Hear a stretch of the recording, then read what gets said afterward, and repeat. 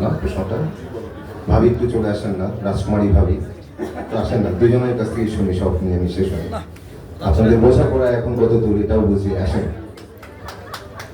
বোঝাপড়া তো আমার সাথে ঠিক আছে, এই পর্যায়ে নাটক তুমিই করতেছো বেশি। কাজ করতে দিবি না দেখছি। পুরো নাটকে যে আপনাদের বোঝাপড়াটা এত দারুণ কেমিস্ট্রি, সবসময় যে আচ্ছা আপু, কোয়েশ্চেনটা হচ্ছে উনি কোয়েশ্চেন করছে যে আসলে হ্যাঁ হ্যাঁ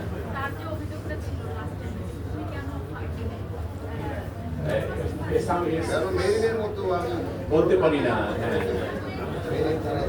এই মেরিনকে ডাকার আগেই চলে আসছে, কি টান, কি মহব্বত। আমি ডাকতে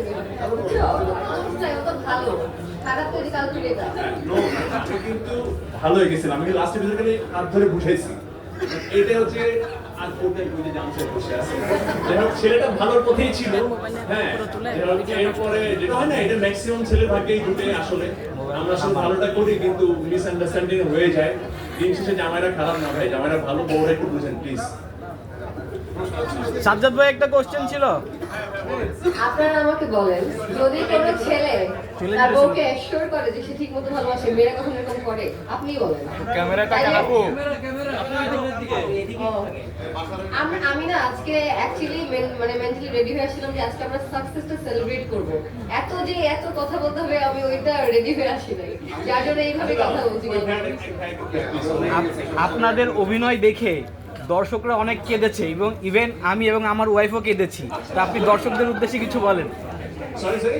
দর্শকদের উদ্দেশ্যে যা কিছু বলেন যারা কেঁদেছিল নাটকটা দেখে।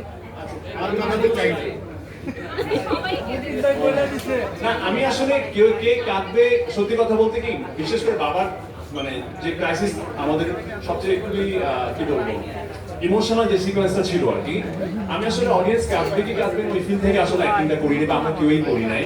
হ্যাঁ, মানে এটা হচ্ছে কি, আমরা তো আসলে গল্পের ভেতরে ছিলাম। আমরা চেষ্টা করেছি মানে গল্পের ভেতরে থেকে ওই জিনিসটাকে ফিল করে আসলে কাজ করার। কখন চোখে পানি আসলো, কখন নাকে পানি আসলো, সত্যি কথা কিছুই বুঝি নাই। এবং আমরা আলহামদুলিল্লাহ যে অডিয়েন্স কানেক্ট করতে পেরেছেন এবং এত অডিয়েন্সের রেসপন্স, আপনি বলছেন আপনি কেঁদেছেন এবং প্রত্যেকটা ফ্যামিলিতে কেঁদেছে।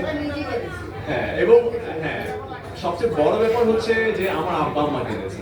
হ্যাঁ, আমি খুবই হ্যাপি যে আমার আব্বা আম্মা অনেকদিন পরে একটা নাটক শুরু থেকে শেষ পর্যন্ত দেখেছেন এবং রাইট লাইক হেল, এবং আমাকে বলবে তুমি এই ধরনের নাটক করবো না। থ্যাংক ইউ সো মাচ সবাইকে যারা আসলে আমাদের ইমোশনের সাথে আপনাদের ইমোশনকে কানেক্ট করেছেন। আমাদের জন্য দোয়া করবেন প্লিজ।